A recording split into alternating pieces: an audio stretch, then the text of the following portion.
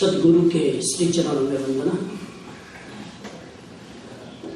जिज्ञासु बंधु बहनों,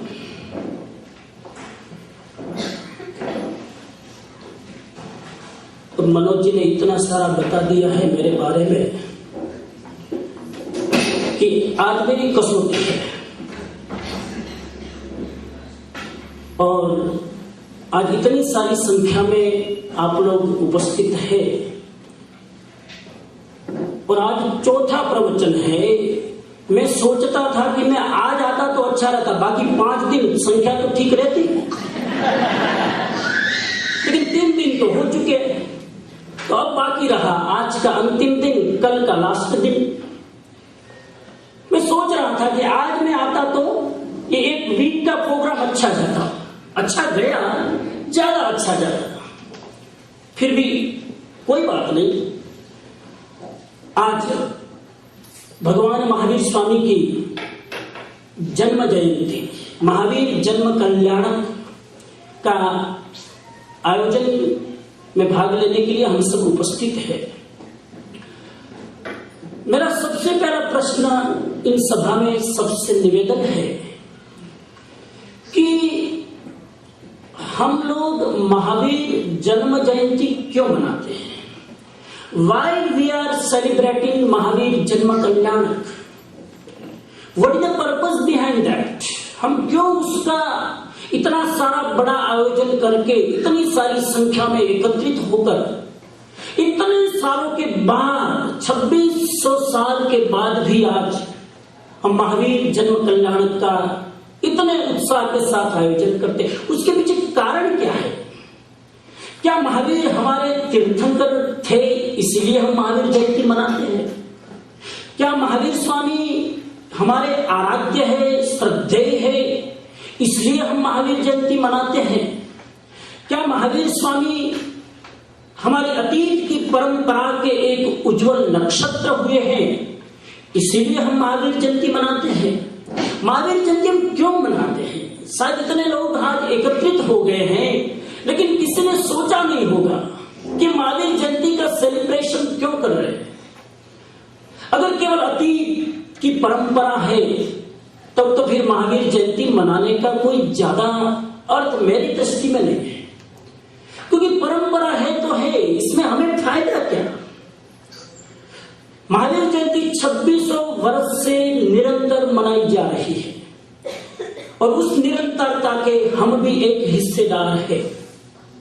तो क्या केवल हम अतीत की परंपरा का भार ढोते हैं, उसका निर्वाह करते हैं और इसीलिए एक दिन मना लो? अगर इतना पर्पस है तो मेरे ख्याल से महावीर जन्म जयंती मनाने का कोई विशेष अर्थ मेरी दृष्टि में नहीं है। मैं बहुत सोच रहा था गहराई से और मुझे पता चला, कुछ चिंतन दिमाग में आया कि महावीर जयंती हम क्यों मनाते हैं। क्योंकि बहुत समय बीत जाता है ना, तो मनाने का कारण भूल जाते हैं। 2600 वर्ष हो गए, इसलिए शायद इतने हम हैबिचुअल हो गए हैं महावीर जयंती मनाने के कि उसके पीछे का पर्पस, पीछे का कारण भूल जाते हैं। एक पति पत्नी लड़ाई कर रहे थे, मूड में आ गए, दोनों फाइटिंग कर रहे थे, लड़ रहे थे और लड़ाई 12 बजे चालू की, 5 बजे तक चली। 5 घंटे तक लड़ रहे थे। 5 घंटे के बाद मुश्किल से मामला थोड़ा शांत हुआ, डायलॉग की आवाज अड़ोस पड़ोस में सुनाई देना थोड़ा कम हुआ, तो पड़ोसी से एक आदमी आकर पूछा, अब दोनों इतने well educated, why are fighting each other? अब क्यों लड़ते हो आपस में? तो उस हस्बैंड ने कहा, अंदर जाके भाभी को पूछ। अंदर जाकर उसने भाभी को पूछा, अब क्यों 5-5 घंटे से लड़ रहे हैं? कारण क्या है? तो कि 5 घंटे हो गए, कारण याद थोड़ा रहता है। 5 घंटा हो गया जब लड़ाई शुरू की, 5 घंटा हो गया, कारण का पता नहीं है, लड़ने का तो चुपचाप फॉरगेट अबाउट द रीजन। हम लोग भी यही करते, महावीर जयंती मनाने में फॉरगेट अबाउट द कारण। 2600 साल हो गए, अब 5 घंटे की बात याद नहीं रहती है। 2600 साल पहले की बात याद कैसे रहेगी? इतने साल हो गए महावीर जयंती मनाते, शायद कारण हम भूल गए। और मुझे लगता है महावीर जयंती मनाने का पर्पस सिर्फ परंपरा नहीं है, श्रद्धा नहीं है, हमारे तीर्थंकर इसलिए नहीं है। महावीर जयंती इसलिए मनाते हैं कि महावीर का जीवन और महावीर का संदेश जितना महावीर स्वामी के समय उपयोगी नहीं था, उससे ज्यादा आज उपयोगी है।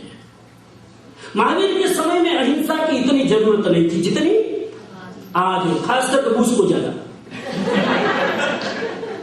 आए दिन घोषणा करते हैं और तो अपनी शांति से बैठने व्हाइट हाउस में, वो इराक में जाके लड़ता है, उधर जाके लड़ता है, कहां लड़ता है। आदमी को कुछ चाहिए ना, इकोनॉमी हाई नहीं हो तो फिर युद्ध करो, लड़ते रहते। कई लोगों को लड़ाई के बिना मजा नहीं आता है, इतना साहब। तो इसीलिए बहुत जरूरी, आज हिंसा, भय और आतंक इतना फैला हुआ है, महावीर के दर्शन की आज सबसे ज्यादा जरूरत है, सबसे ज्यादा। एक भाई ने मुझे प्रश्न पूछा, स्वामी जी आजकल इतने ट्विंस पैदा क्यों होते हैं? आपने तो इतने सारे शास्त्र पढ़े हैं। मैं कहा महावीर स्वामी के समय ये प्रॉब्लम नहीं थी, वो अब चालू है। तो ना आप बचने की कोशिश करते हो, कारण बताओ। मैंने कहा शास्त्र के पढ़ने उल्टाने की जरूरत नहीं, सीधा कारण। आजकल जुड़वे ट्विंस बच्चे पैदा इसलिए होते हैं कि दुनिया में भय, हिंसा और आतंक इतना फैला हुआ है। अकेला बच्चा पैदा होने से डरता है तो दूसरे को दे चल मेरे साथ, नहीं तो दुनिया मुझे जीने नहीं देगी, मुझे मार देगी। अंदर से व्यवस्था करके आ, एक के दो भरे ताकि कोई सामना करे तो जवाब दे सके, अंदर से प्लानिंग करके। अब सोचिए कितनी समाज में हिंसा, भय और आतंक फैला है। इसलिए मुझे लगता है कि महावीर के मैसेज की आज सबसे ज्यादा जरूरत है। महावीर के समय में इतनी जरूरत नहीं थी, लोग सीधे साधे थे। महावीर के समय में इतनी हिंसा नहीं थी, इतनी मारकाट नहीं थी, इतना युद्ध नहीं था। युद्ध, लेकिन वो युद्ध के भी नियम होते थे। युद्ध होता था तो उसके पहले सलाह मसीहा होता था और शाम को सूर्यास्त के बाद युद्ध करना बंद हो जाता था। नियम थे, युद्ध के भी नियम थे। और आज तो कोई नियम ही नहीं है। ये नियम बिना का मन और नियम बिना का घर तूफान खड़ा करता है। मैं कहता हूं, श्रीमद् राजचंद्र कहा करते थे, नियम अगर नहीं है तो हमारा मन तूफान खड़ा करेगा, और घर में यदि परिवार की मर्यादाएं और नियम नहीं है तो घर बर्बाद हो जाएगा। नियम होने चाहिए। तो मुझे लगता है कि आज महावीर के जीवन दर्शन की प्रासंगिकता है। सारी दुनिया कहती है अहिंसा परमो धर्म, ये महावीर का सिद्धांत है। लेकिन अहिंसा परमो धर्म शब्द जैन धर्म का नहीं है, ये हमने बोरोड किया है। ये अहिंसा परमो धर्म जैन धर्म का नहीं है सर, ये नारा जैन धर्म का नहीं, महाभारत का नारा है। अहिंसा परमो धर्म, ये नारा महाभारत से आया है। महावीर का सिद्धांत है, अंग्रेजी में बहुत अच्छा लगता है मुझे, लिव एंड लेट। खुद जियो, दूसरे को जीने दो। कितना बढ़िया। हम तो जीते भी नहीं, जीत और दूसरे को जीने भी नहीं देते। खुद जीते नहीं है, दूसरे को भी चैन से जीने नहीं देते। कोई आदमी चैन से जीता है तो हमें ईर्ष्या होती है। एक आदमी, एक बेचारे सीधे साधे आदमी को पत्थर मार रहा था। किसी ने पूछा, अरे बेचारा सीधा आदमी काहे को पत्थर मारता है? तो वो सबको प्यारा लगता है, वो मुझे पसंद नहीं। वो सबको प्यारा लगता है, वो मुझे पसंद नहीं, इसलिए मुझे ईर्ष्या हो रही। अब सोचिए कि कितना आदमी का स्तर गिरा है।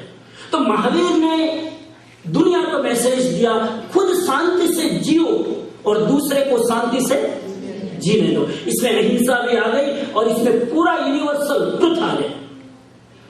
दूसरी ब्यूटी महावीर के सिद्धांत की यह है कि महावीर ने अहिंसा का मैसेज ही नहीं दिया, महावीर ने खुद ने अपने जीवन में अहिंसा को जिया। उनकी पूरी life is the laboratory for non violence. पूरी लाइफ उसकी लैबोरेटरी थी। खुद ने प्रयोग किया हिंसा के। और महावीर एक ऐसा आदमी हुआ है कि पहले जीता है, फिर जीने का उपदेश देता है। पहले जीता है, जिए बिना उपदेश नहीं देता है। पहले खुद आचरण करता है और फिर दूसरे को कहता है कि तुम्हें भी अगर योग्य लगे तो चलो। आदेश नहीं। जैन धर्म में 2400 तीर्थंकर कभी भी आदेश नहीं देते हैं। क्या देते? उपदेश देते, आदेश में हिंसा है। मैं कहूं कि आप ऐसा करो, उसमें वायलेंस है। वो निवेदन करते हैं कि आपको अच्छा लगे तो करो। तो महावीर ने अपने जीवन में प्रयोग किए। मैं आपको बताऊं कौन कौन से प्रयोग किए, थोड़े समय के लिए, सिर्फ 15-20 मिनट, आधा घंटा में अपने दिल की बात कहना चाहता हूं। जैन धर्म की महावीर स्वामी की, महावीर स्वामी ने अहिंसा का पहला प्रयोग किया अपने जीवन में, अपरिग्रह। सबसे पहले महावीर ने परिग्रह छोड़ा। इवन एक छोटा सा कपड़ा भी देवता ने दिया था दीक्षा लेते समय, वो कपड़ा भी अंत में छोड़ दिया। एक ब्राह्मण जब महावीर ने वस्त्रदान किया था तब कहीं भीख मांग रहा था। बाद में पता चला कि महावीर स्वामी तो चले गए और मैं वस्त्रदान लेने को बाकी रह गया। और देवता ने एक कपड़ा यहां डाला था खंभे पर, और वो ब्राह्मण गया और कहा महावीर स्वामी को मैं रह गया, मुझे वस्त्रदान दीजिए। तो जो कपड़ा था वो भी दे दिया। इतना परिग्रह सब छोड़ दिया। और मुझे कहने दो कि जितने आज परिग्रही जैन लोग हैं उतने दूसरे कोई, कितना परिग्रह जैन लोगों के पास। मैंने भाई को पूछा इतना परिग्रह क्यों, महावीर ने तो सब छोड़ा। तो महावीर ने छोड़ा इसलिए हमने पकड़ा। महावीर ने छोड़ दिया तो कोई लेने वाला भी तो चाहिए ना, हमने नहीं लिया। कितना परिग्रह। पैसा कमाना पाप नहीं है। पैसा कमाने के लिए इंटेलेक्चुअल दिमाग को यूज करना पाप नहीं है, लेकिन पैसे का संग्रह करके पैसे का अटैचमेंट रखना और उसको छोड़ना नहीं, वो पाप है।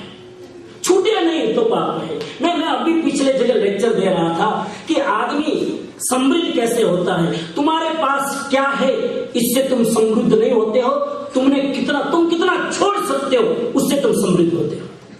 जितना तुमने छोड़ा उसके तुम मालिक, जितना तुमने पकड़ा उसके तुम बोल हाँ जरा हमारे साथ है, चाल जो नहीं तो मजा नहीं आएगा।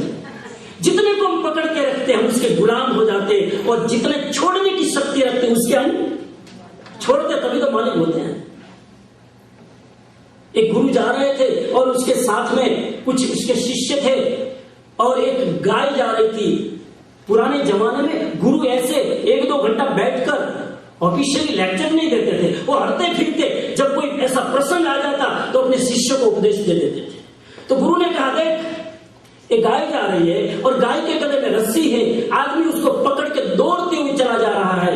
आप बताइए शिष्यों को कहा इनमें मालिक कौन, गाय मालिक के गाय को चलाने वाला मालिक कौन मालिक, आप बताइए। गाय के गले में रस्सी है, आदमी के हाथ में डोरी पकड़ी हुई है और आदमी उसको कंट्रोल करता जा रहा है। मालिक कौन, गाय को चलाने वाला, हाँ गाय। તમે આ હોલમાં આવો ત્યારે મારા જેવા થઈ જાઓ, બહાર જાઓ ત્યારે ગડબડ કરો। होल में आते तब सुधर जाते हैं। स्वामी जी को ये बोलेंगे तो अच्छा लगेगा हमको खुश करने के लिए, और फिर बाहर जाते तब बुद्धि क्यों उल्टी हो जाती है। अभी ठीक जवाब दिया आपने, भूल से आपने अच्छा जवाब दे दिया। लेकिन आप लोग इंडिया से आए, क्रीम ब्रेन, इसलिए ठीक जवाब दिया। उन शिष्यों ने कहा गुरुजी सीधी बात है, वो जो डोरी को पकड़ के जा रहा है वो मालिक है और गाय उसका नौकर है। तो उस गुरु ने कहा गाय वाले को कि रस्सी छोड़ दे।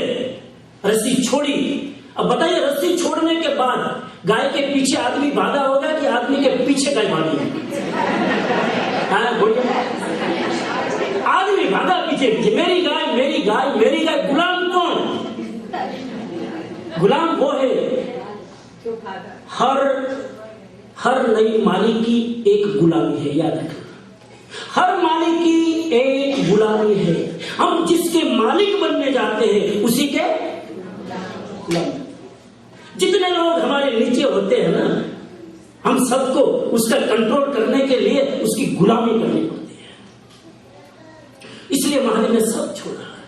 और हमारा परिग्रह कितना, अमेरिका में मुझे लगता है कि सबसे बड़ी प्रॉब्लम, अमेरिका में कोई प्रॉब्लम नहीं है, इंडिया में भी बहुत उपदेश देते, बहुत उपदेश, कोई सुनते ही नहीं है, इसलिए तो इतना आते हैं। इतना बोलते लोग समझते नहीं, सुधरते। इसलिए मैं अमेरिका जाने दो, और अमेरिका से फिर जब इंडिया जाते हैं ना तो इंडिया वाले ब्रिटेन कहाँ है? फिर वो लोग दौड़ के आते, ये स्वामी जी 40 कंट्री में घूम के आए, क्या बात कर, तब असर होती है थोड़ी थोड़ी। कितना बड़ी, ये अमेरिका में सबसे बड़ी, बाकी अमेरिका देश सबसे अच्छा है, सबसे अच्छा। अगर शांति चाहिए, अगर स्पिरिचुअल प्रैक्टिस करनी हो, अगर धर्म की आराधना करनी हो, अगर एकांत में बैठकर अपने प्रभु को याद करना हो, तो अमेरिका जैसा एकांत कहां मिलेगा? हिंदुस्तान में, हिमालय में इतना एकांत नहीं मिलता है जितना यह घर में मिलता है। हिंदुस्तानी लोगों को तो 6 हिमालय जाना पड़ता है एकांत के लिए, और आपको तो अपने घर में एकांत है। और फिर भी स्वामी जी डिप्रेस थी है।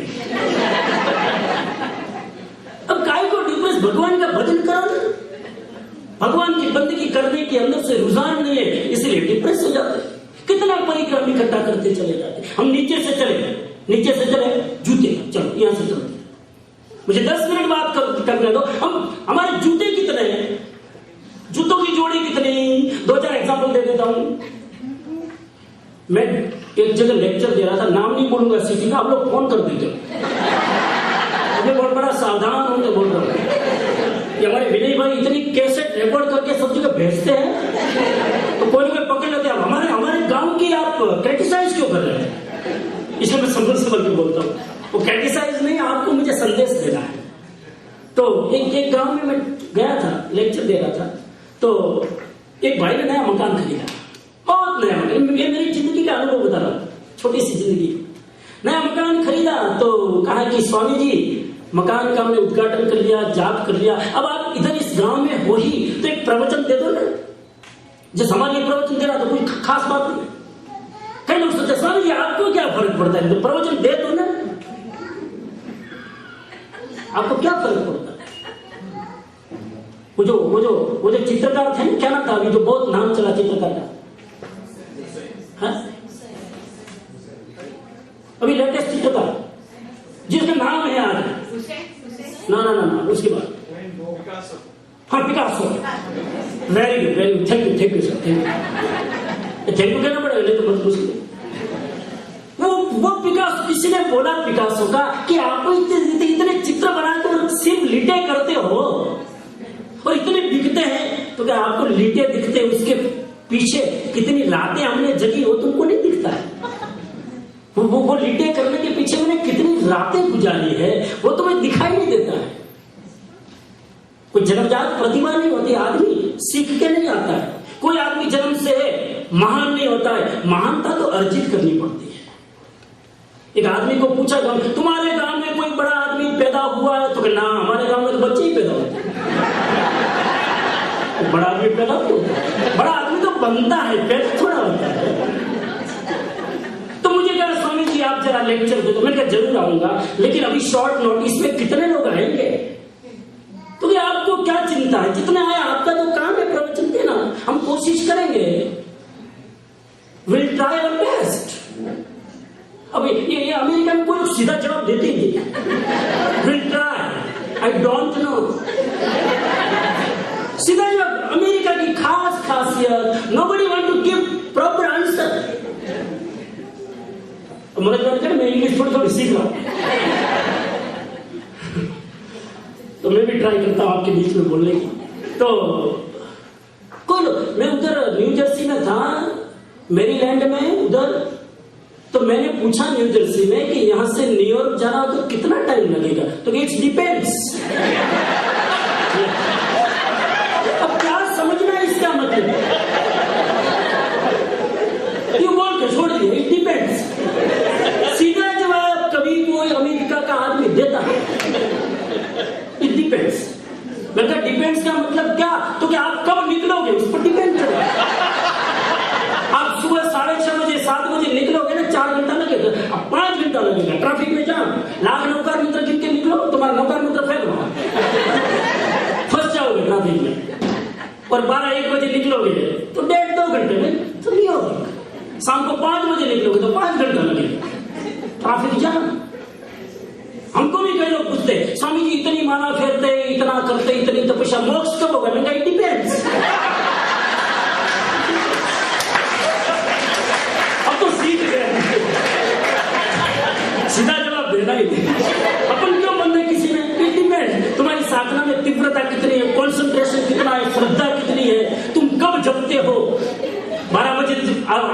ये अमेरिका से उल्टा है। 12 बजे जपोगे तो तुमको 5 जन्म लगेंगे, सुबह 4 बजे जपोगे तो 1 जन्म में पहुंच जाओगे। तो इस डिपेंड्स। और तो मैंने कहा कितने लोग आएंगे, इसलिए Swami ji will try our best. मैं कहूँगा ट्राई तो करो भैया। और पहुंचे, शाम को 4 से 5 लेक्चर था मेरा। मैं गया उसके घर, जैसे वहां पर गाड़ी पार्क की और मुझे ले गए वो अपने गराज में से, VIP गेट से। मैं गराज को VIP गेट बोलता, वहां से पता नहीं वहां से क्यों लगे, वहां से लगे। तो वहां से लेके तो मैंने देखा 50-60 जोड़ी जूते। मैंने कहा वाह, 50 लोग तो आ ही गए।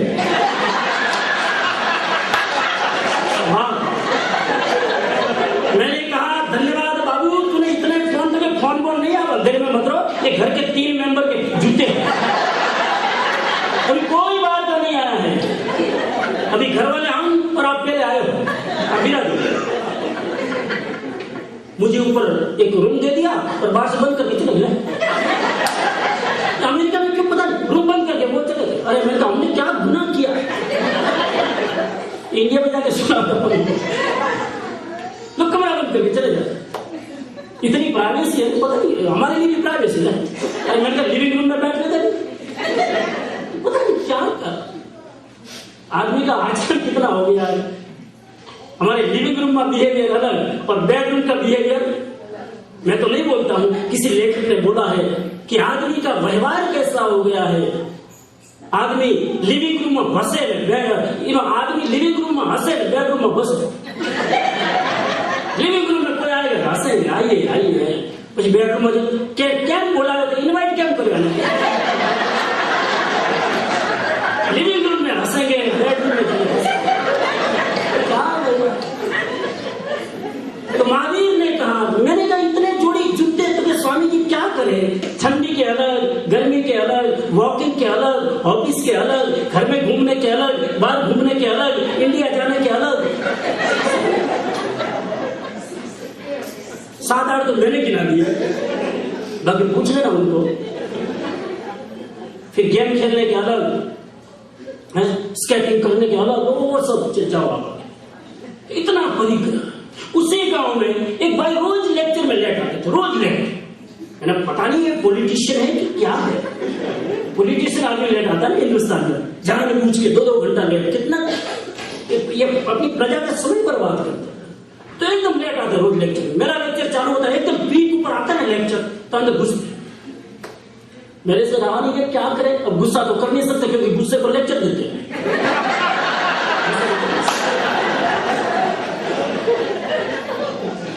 लेकिन कोई संयोग समझो, 2-5 दिन के बाद उसी के घर मुझे भिक्षा जाना हुआ। उसी के घर उसने मुझे इनवाइट किया, स्वामी जी आज मेरे घर पर भोजन। मैं कहा ठीक है, आज पता चलेगा कारण क्या है। गया उसके घर में, उसके घर में मैं गया, आप ताज्जुब करोगे। लिविंग रूम में घड़ी, बेडरूम में घड़ी, किचन में घड़ी, टॉयलेट में घड़ी, हाथ में तो थी 2-2 सब घड़ियां, गाड़ी में घड़ी। मैंने कहा इतनी सारी घड़ियां फिर भी लेट काय को आता है? तो स्वामी जी इसीलिए कि आई एम कंफ्यूज कि इस घड़ी में टाइम कौन सा सही है। इतनी घड़ियां हैं, टाइम कौन सा सही बताती है? मैं कंफ्यूज हूं, that's why I am becoming late. इसलिए मैं अब इतनी घड़ियां होगी तो कंफ्यूज होगे ना। जितना परिग्रह बढ़ेगा उतनी उपाधियां बढ़ेगी। लोग मुझे अमेरिका में पूछते, स्वामी जी आप आखिर में कहना क्या चाहते हैं? अब 10 से 15 लेक्चर सुने तो कंफ्यूज। स्वामी जी आप आखिर में कहना चाहते? मैं आखिर में यह कहना चाहता हूं कि आप परिग्रह को कम करो। पहली बार परिग्रह घटाओ। और भगवान ने अगर दिया है ना, तो जो गरीब लोग हैं, इथोपिया जैसी कंट्री में जाओ, साउथ अफ्रीका जैसे देश में जाओ, इंडिया के झोंपड़ी पट्टी में, बॉम्बे में झोंपड़ पट्टी जाके देखो, लोगों को बेचारे को पहनने को कपड़े दिए हैं और हम लोग क्लोजेट स्टक, क्लोजेट भरा रहता है। मेरे को कभी कभी कोट टिंगाना पड़ता है, जगह नहीं होती, क्लोजेट में नो रूम। इतना परिग्रह कम। भगवान महावीर का पहला मैसेज आज 26वीं महावीर जयंती के दिन कि हम संग्रह को थोड़ा थोड़ा कम करें, जिसके बारे में मैंने कल कुछ बोला था प्रवचन में।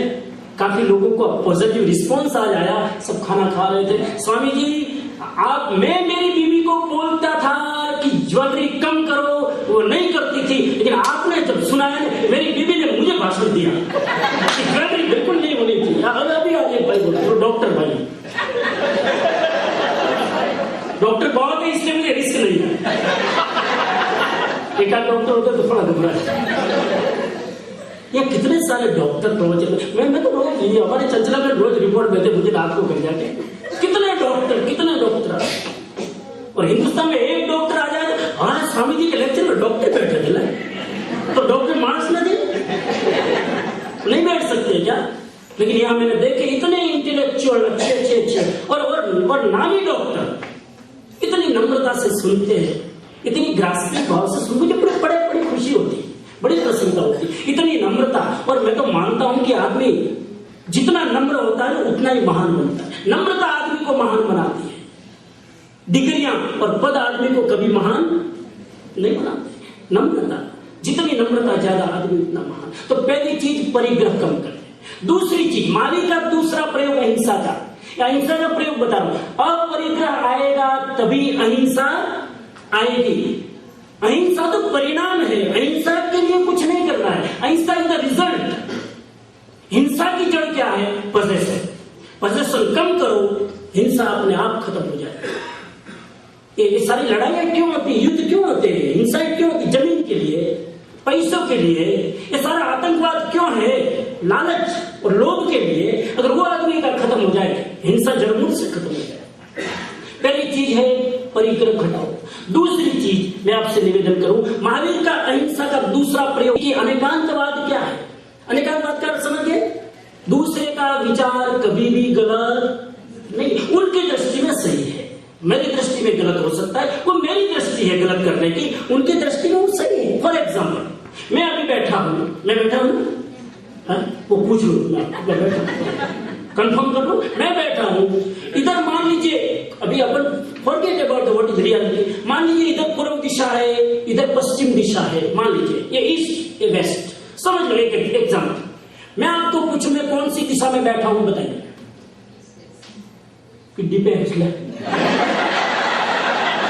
बोलना ही पड़ेगा, मैं कौन सी दिशा में बैठा हूं।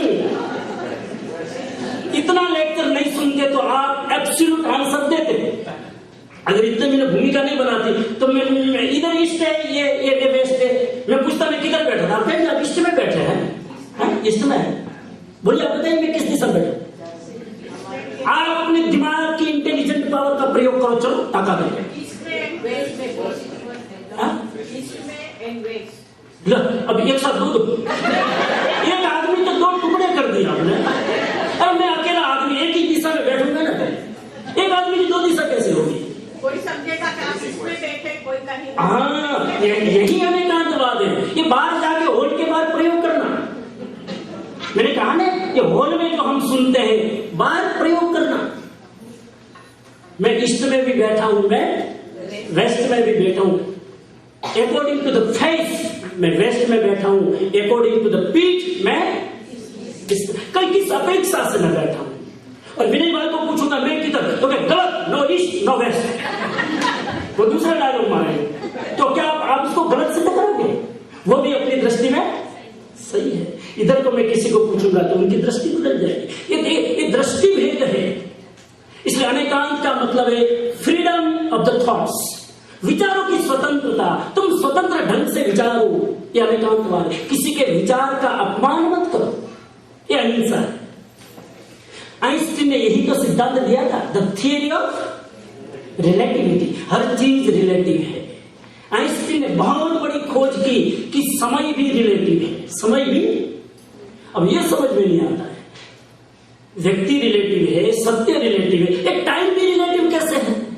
आइंस्टीन का एग्जाम्पल दिया कि आपका मैरिज नहीं हुआ हो और आप अपनी प्रेयसी के साथ में बैठे हो तो 5 घंटा आधे घंटे जैसा लगता है। हकीकत है। शादी के बाद में नहीं, बात का मामला गड़बड़ है। बाद में शादी के अब अपने पार्टनर के साथ बैठते हैं तो 10-10 घंटा भी जैसे आधे घंटे में बीत जाता है। ये आइंस्टीन का एग्जाम्पल दिया, मेरा नहीं है, आइंस्टीन का एग्जाम्पल है। कि आप अपने प्यारे के साथ बैठे हैं तो 5 घंटा भी 5 मिनट जैसा, और आप अपने दुश्मन के साथ बैठे हैं तो 5 मिनट भी 5 घंटे जैसा। समय भी रिलेटिव है। सुख में दिन छोटे हो जाते हैं, दुख में दिन बड़े हो जाते हैं। जो आदमी डिप्रेस्ड है उसके लिए गुड मॉर्निंग कभी नहीं होता है। हम कहते गुड मॉर्निंग, डिप्रेस आदमी के लिए गुड मॉर्निंग नहीं होता है। Every time sad sad sad upset. मैं दूसरा एग्जाम्पल देता हूं कि एक कपल शादी के बाद में तुरंत पेरिस घूमने गए। शादी के तुरंत नेक्स्ट डे पेरिस का नाम सुना था कि पेरिस को साइड सीन कर। दोनों गए, 3 दिन की छुट्टी ली थी, फ्राइडे सैटरडे संडे, कुछ शायद लॉन्ग वीकेंड होगा, लेबर डे होगा कुछ।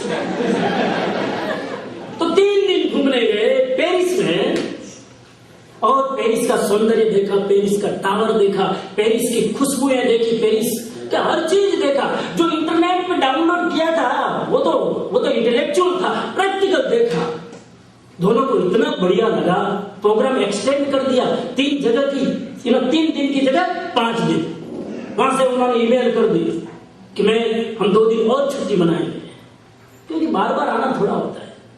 और एंजॉय किया, बहुत एंजॉय किया। वापिस आए, फिर अपने जॉब में मस्त बिजी, और फिर जब निवृत्त हो गए, रिटायर्ड हो गए, फिर सोचा उस दिन 5 दिन कम पड़े थे, वापिस चलते हैं पेरिस। पहुंचे पेरिस, उसी बांकड़े पर उसी पर बैठे हैं और देख रहे हैं सौंदर्य, और हस्बैंड वाइफ को कहते हैं अभी पेरिस पहले जैसा नहीं रहा,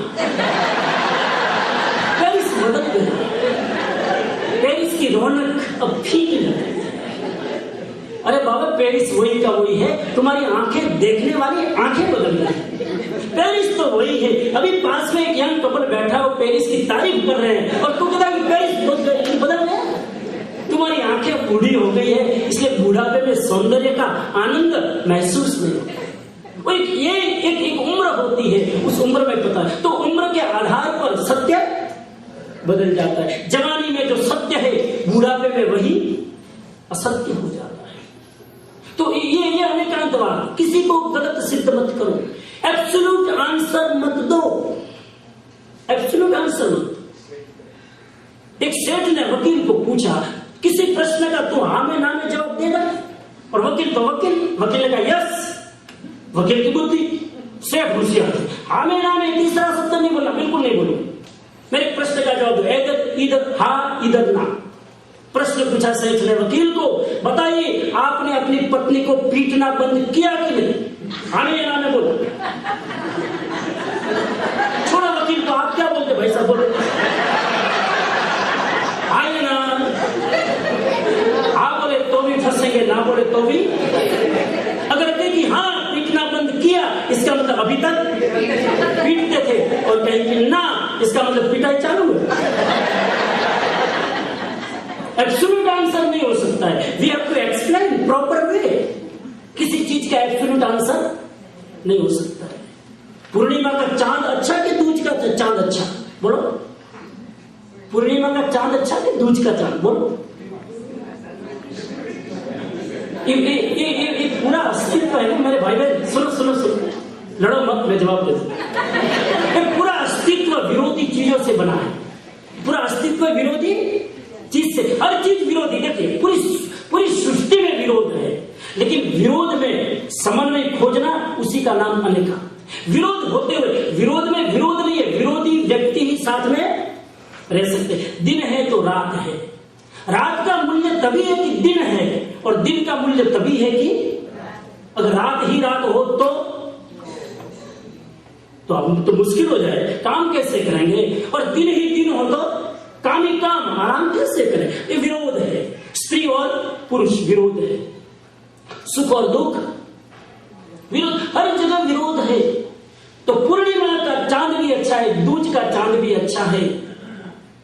पूर्ण विकास देखना हो तो पूर्णिमा का, लेकिन पूर्णिमा का चांद दूज के सामने अच्छा नहीं है, क्योंकि पूर्णिमा के चांद का अब विकास नहीं, अब राश है।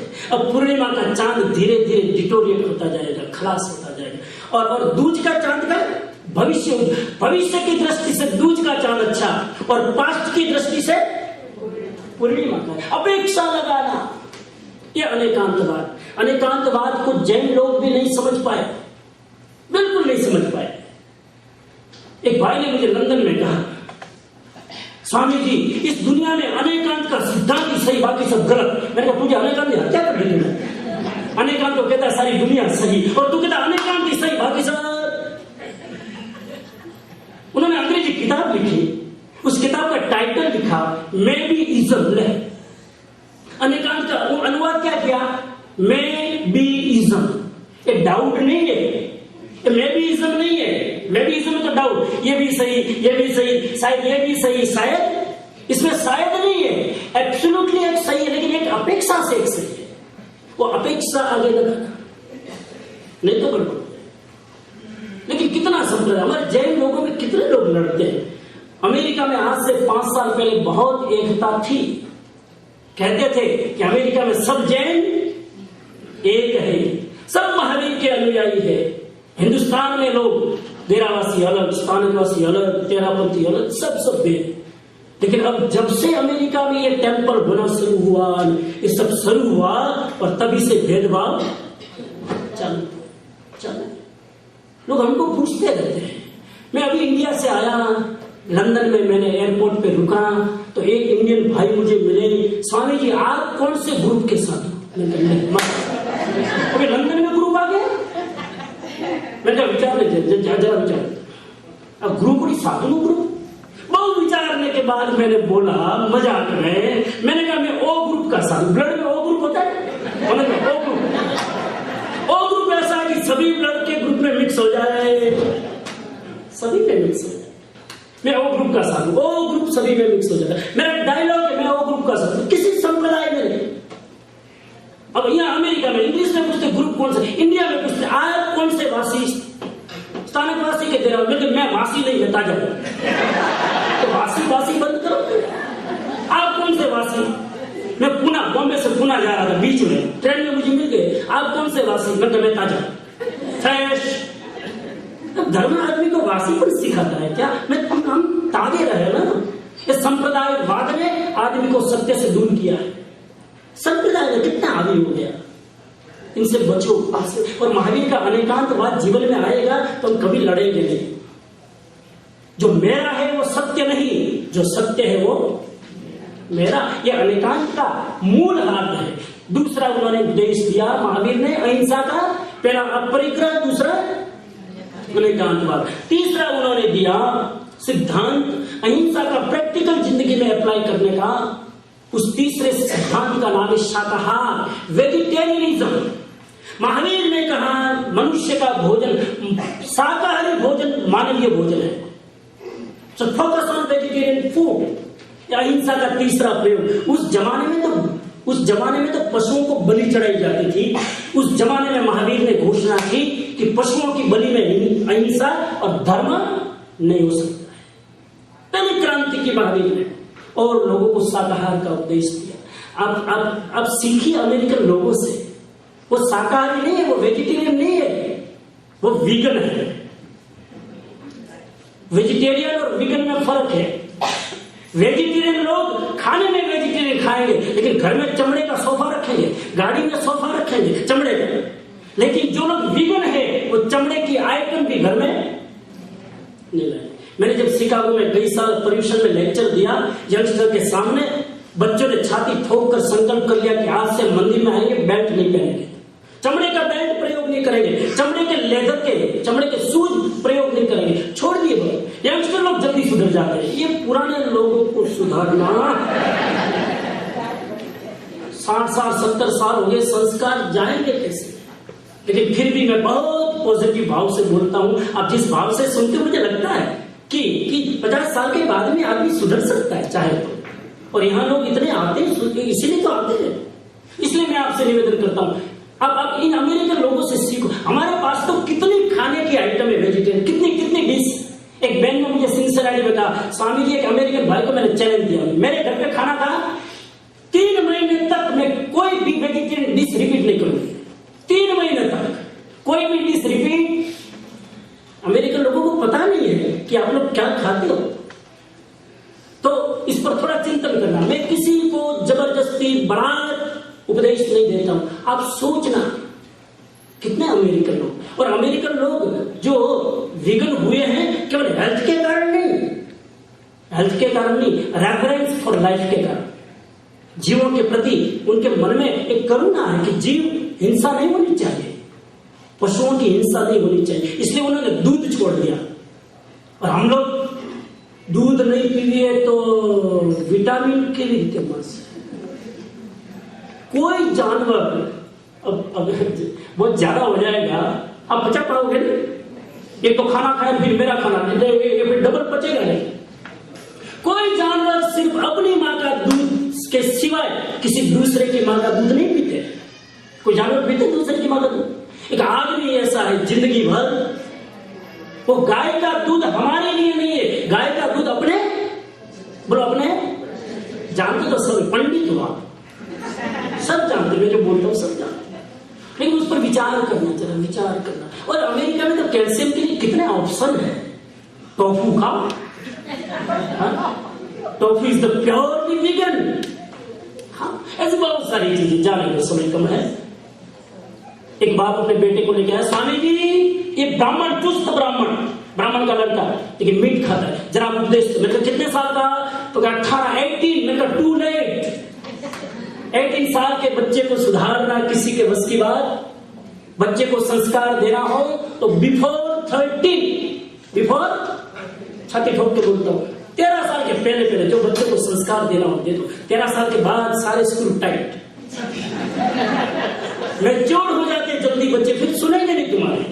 बचपन में जैसे अभी बच्चों ने जो किया ना, कितने भाव से गीत गा रहे थे, हैं? बच्चे गा रहे थे तो फोटो लेने का मन हुआ, आपका कोई फोटो नहीं लिया। कितने कितने इनोसेंट भाव। बच्चों की प्रार्थना में भी जान होती है, और हमारी प्रार्थना में जान नहीं मान होती है। बच्चे प्रार्थना करते तो कितने खो जाते हैं बेचारे, हैं? अभी मैं देख रहा था, कितना बढ़िया शांति से। ये संस्कार है। एक बच्चा भगवान के मंदिर में जाकर प्रार्थना करने लगा, कुछ आता नहीं था, कुछ नहीं आता था, लेकिन प्रार्थना का महत्व जानता था। तो भगवान के सामने जाके ABCD E पूरी अल्फाबेट बोल दिए। किसी ने कहा अरे प्रार्थना ऐसे नहीं करते, तो ना मुझे नहीं आता, लेकिन ऐसी प्रार्थना कैसे समझे? अरे भगवान तो त्रिकाल ज्ञानी है, सर्वज्ञ है, ABCD पूरी बोल दी। भगवान को जो प्रार्थना बढ़िया लगी वो सेट कर देंगे, अपने आप कर देंगे। उनको जो बढ़िया लगे मैंने कह दिया तो सेट कर दो। प्रार्थना ABCD में से तो बनेगी ना, तो तू सेट कर। भाव देखो, कभी भी किसी की कृति मत देखो, उसकी वृत्ति देखो। अगर कृति देखोगे तो फंसोगे, उसके पीछे वृत्ति देखो, इंटेंशन देखो, तो बच्चा।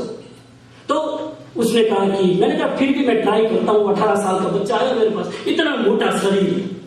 मैंने कहा अब सीधा उपदेश नहीं दे सकते, पहले रिकॉर्ड करना पड़ता है। तो मैंने उनको पूछा कि तेरा नाम क्या है? मेरा नाम बताया। मैंने कहा कौन सी गेम तुझे अच्छी लगती है? तो बास्केटबॉल। पहले मैं उसको अपनी भाषा में उनसे बात करता। उनको भी लगता है कि स्वामी जी भी बहुत मॉडर्न है। बिल्कुल मॉडर्न है, सवाल ही नहीं है। मॉडर्न होना कोई बुरा थोड़ा है।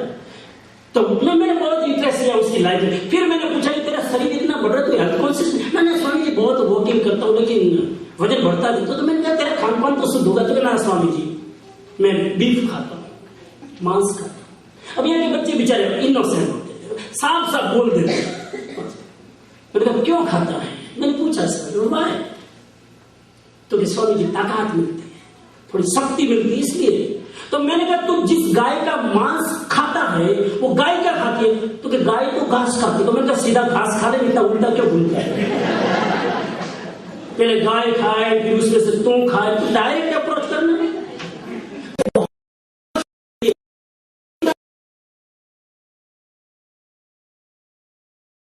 सीधा घास खा लेने का मतलब बुरा मत मानिएगा, मतलब है वेजिटेबल खाओ, फल खाओ, फ्रूट खाओ, ताकत उसी में है। वजन बढ़ेगा, ये नहीं कि बाहर का नहीं बढ़ेगा। थोड़ा थोड़ा सलाद ज्यादा खाओ। घना लोग तो आपने बीजा शरीर जो आपने भी आटे खा, कुछ लोगों का तो शरीर कितना शरीर की हालत। ये शरीर दुश्मन नहीं है मेरे भाई में, ये शरीर हमारा पहला मित्र है। क्या है? शरीर हमारा पहला मित्र है। शरीर की रक्षा नहीं करोगे आगे कुछ नहीं होगा। कितना वजन लेंगे। मैं सबसे विनती करता हूँ थोड़ी प्रैक्टिस करो, योग प्राणायाम साधना करो जरा सा। इतना शरीर वजन बढ़ना ठीक नहीं। ઘણા બહેનોને તો એટલું બધું વજન હોય इंडिया में ही तो હોય कहीं ना इंडिया में एक बहन इतना वजन इतना ज्यादा उसने अपना पेटीकोट धोबी को धोने दिया पेटीकोट धोबी को धोबी ने कहा बहन जी यहाँ पर टेंट के कपड़े धोए नहीं जाते माफ कीजिए हम धोबी है टेंट के कपड़े हम नहीं धोते क्यों आखिर क्यों आदमी का खान पान का संयम हो तो कितना आदमी फिट रहे और फिट रहना ये पहला धर्म है स्वस्थ रहना पहला धर्म इसलिए शाकाहार पर थोड़ा विचार कीजिए कुछ जानवर ऐसे हैं जन्म से वेजिटेरियन होते हैं जानवर हाथी बोलो हाथी वेज के नॉन वेज वेज घोड़ा वेज गाय जितने समाज के यूजफुल एनिमल है सब वेजिटेरियन और जितने डेंजरस एनिमल है सब नॉन वेज जितने डेंजरस एनिमल नॉन वेज हाथी जितना विशाल काय प्राणी वेजिटेरियन और जितने फेमस आदमी हुए Einstein Socrates George Bernard Shaw ये सब कौन थे वेजिटेरियन महान आदमी जीवों के प्रति सेंसिटिव होते हैं तो इसीलिए वेजिटेरियन का सिद्धांत और आगे चले चौथा सिद्धांत दिया बस बात पूरी करूं चौथा सिद्धांत उपवास उपवास भगवान महावीर ने उपवास फास्टिंग का इतना महत्व क्यों दिया एक कारण बहुत सारे कारण है फास्टिंग करने से विल पावर बढ़ता है फास्टिंग करने से कर्म टूटते हैं मैं उसमें नहीं जाता हूं मेरा आज टॉपिक है नॉन वायलेंस फास्टिंग करने से जीवों की हिंसा से हम बच जाते हैं एक कारण अब आज मैंने दिन भर फास्टिंग किया इसका मतलब इस 36 घंटे के लिए मैं जीवों के प्रति अभयदान देता हूं सब जीवों को मेरा अभयदान मैं 36 घंटे किसी जीव को हिंसा करूंगा ये अहिंसा तपस्या करने वाले भी जानते नहीं होंगे शायद उपवास करना यानी जीवों की अहिंसा जीवों की करुणा जीवों की दया मैं आज किसी जीव को नहीं खाऊंगा सब जीव के प्रति अभयदान सब निर्भीक रहे मेरे से मैं किसी को खाऊंगा नहीं ये उपवास का महत्व था उपवास करने वाले भी जानते नहीं इसलिए पारने में डबल ठोके जब पारना आएगा पारने के पहले मग लाओ आ लाओ एटू एटू खाए एना करता तो जमीन में शांति ये वैष्णव धर्म में भी है ना अपने व्रत की सिस्टम व्रत ये वैष्णव धर्म वाला उपवास बढ़िया आपको दिवस खाओ के हमारे व्रत आपको दिवस लाडवा खाओ चाय पियो हमारे व्रत वैष्णव धर्म की परंपरा को मैं भूलता नहीं हूं तो आपको बता दूं वैष्णव धर्म में भी उपवास की वैज्ञानिक परंपरा है कोई भी धर्म गलत चीज नहीं सिखाता तो हमने गलत पकड़ा है वैष्णव धर्म में नियम था कि व्रत करो तो कितना खाना तुलसी के पत्ते पर टिके उतना कितना खाना वैष्णव लोग तुलसी के पत्ते पर टिके उतना खा के व्रत करो आजकल तुलसी के पत्ते पर नहीं केले के पत्ते पर आप फैमिली खाए ये परंपरा थी जाने दो उपवास की परंपरा मैं आज के पूरे लेक्चर को समराइज करूं इन शॉर्ट आज मुझे 2 घंटे का बोलने का समय नहीं है आवश्यकता भी नहीं है सबको जाना है मैं समराइज कर दूं इन शॉर्ट बाकी की बातें स्किप करता हूं मूल मैसेज मिल जाना चाहिए मिल गया ना मैसेज आज का सारा लेक्चर सुन के 3 बातें पकड़ के घर पे जाना पहली बात 3 संकल्प करना पहला संकल्प करके जाओ आज के दिन मेरे द्वारा किसी जीव को कष्ट नहीं होगा पहला संकल्प करो आज के दिन जाने के हॉल के बाद जाने के पहले मेरे द्वारा किसी भी जीव को कष्ट कभी भी नहीं होगा ये पहला संकल्प दूसरा संकल्प करो ये नेगेटिव है नेगेटिव करना पड़ेगा क्योंकि हम बहुत करते हैं कष्ट पहला संकल्प मेरे द्वारा किसी को परेशानी नहीं होगी मैं सबको निर्भीक करता हूं मेरे द्वारा किसी को कभी हार्ड टाइम नहीं मिलेगा दूसरा संकल्प करो आज के दिन मैं दूसरों के लिए उपयोगी कैसे बन सकता हूं ये अहिंसा का प्रैक्टिकल अप्रोच अब लाख उपदेश सुन लो लाख किताबें पढ़ लो जब तक तुम दूसरों के लिए उपयोगी नहीं बनोगे तब तक अहिंसा नहीं आएगी मैं दूसरों को मदद कैसे कर सकता हूं 3 प्रकार के समाज में लोग होते हैं एक तो लेबर 3 प्रकार की पर्सनालिटी होती है कुछ लोग लेबर अंग्रेजी आवड़े भाई लेबर लेबर का मतलब गुजराती में क्या बोलते हैं? हिंदी मजूर, मजूर, मजदूर, लेबर। कई लोगों की पर्सनालिटी लेबर जैसी होती है और शास्त्र में परिभाषा दी, हु इज लेबर? जो सिर्फ परिवार के लिए जीता है वो लेबर से ज्यादा नहीं है। सिर्फ परिवार के लिए जीना। लेबर क्या करता है? मजूरी करके परिवार को पालता है, पोलता है। जो सिर्फ परिवार के लिए जीता है वो लेबर है। नंबर 2, दूसरी पर्सनालिटी वर्कर।